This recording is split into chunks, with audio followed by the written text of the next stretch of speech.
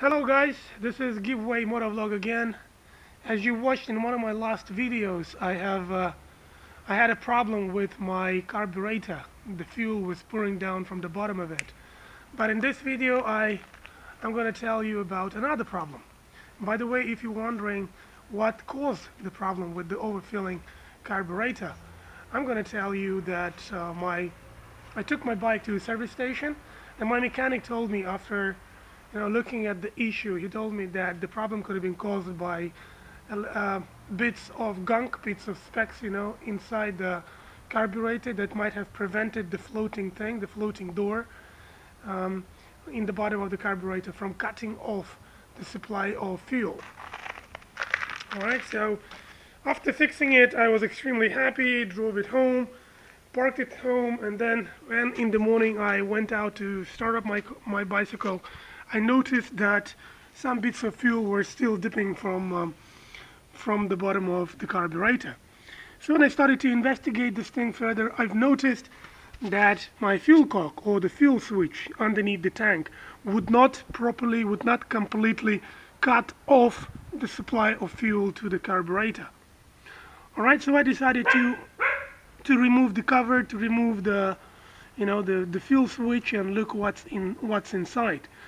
Before doing that, I consulted with my mechanic. He told me that inside the switch there are some bits of rubber gaskets that need to be replaced for the switch to properly cut off or open the supply of fuel to the carburetor. This is exactly what I'm going to do in this video, and we're going to look at what might be causing the fuel switch from completely cutting off the supply of fuel to the carburetor. Okay, so I have already unscrewed the two bolts from the switch. It's here. Let's remove it now. When you remove it, you'll see another steel gasket. Well, not a gasket, but the spacer. Okay, this is the type of the spacer, which is underneath the cover. Let's go further inside, and here is the switch itself. See?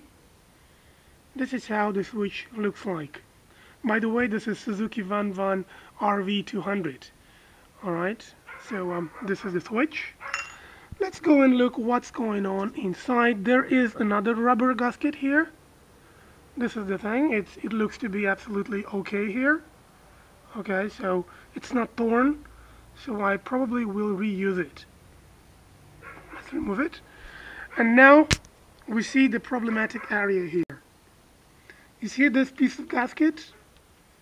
It is a little bit seized. It's a little bit torn. If you can see it on this video. See? This thing which is torn between the little and the big circle, it should not have been torn. And this is causing, the fuel still running down the carburetor, with the switch not able to cut off the supply of it. So how can this be solved?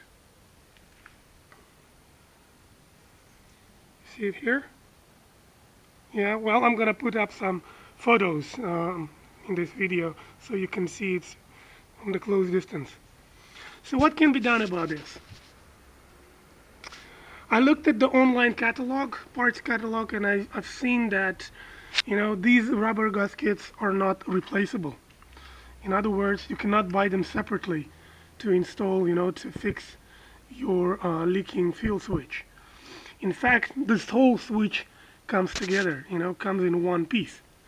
Well, it costs around $50. I can, of course, order it, but I wonder if I can replicate this piece of rubber from something else, from something that I can find at home, probably another rubber piece or something else. So this is what I decided to do. Here you can see a piece of leather, okay, and I've just tried to replicate the original rubber gasket here. Okay, how I did that? Well, I just put the rubber gasket on top of the leather patch, and I drilled the holes inside so it could look like the original rubber gasket. I tested it by placing it into the jar of fuel and see if it will decompose or not. After spending an hour there, it hasn't really changed in its structure, so for me it's a sign of go go.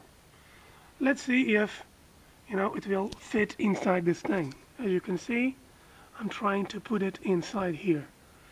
Okay, now it's looking well.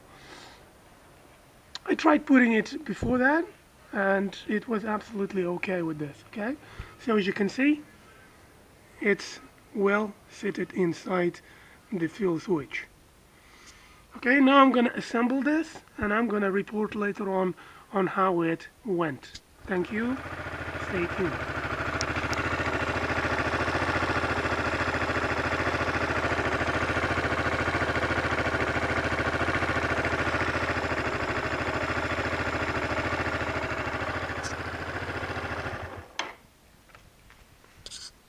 Alright guys, as you can see, I've replaced the gasket. I replicated it. I didn't put the original one because the original ones are not available separately.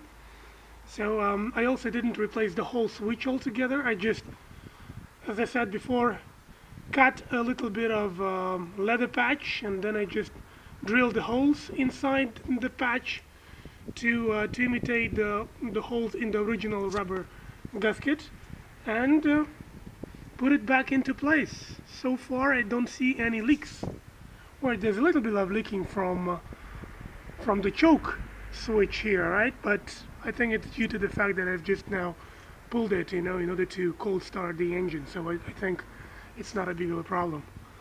Well, I'm gonna ride the bike with this and I will report. Hopefully that leather patch will not decompose and its pieces will not block the needle inside the carburator. Well, thank you for watching. I'll report back if I have any problems. Thank you and bye.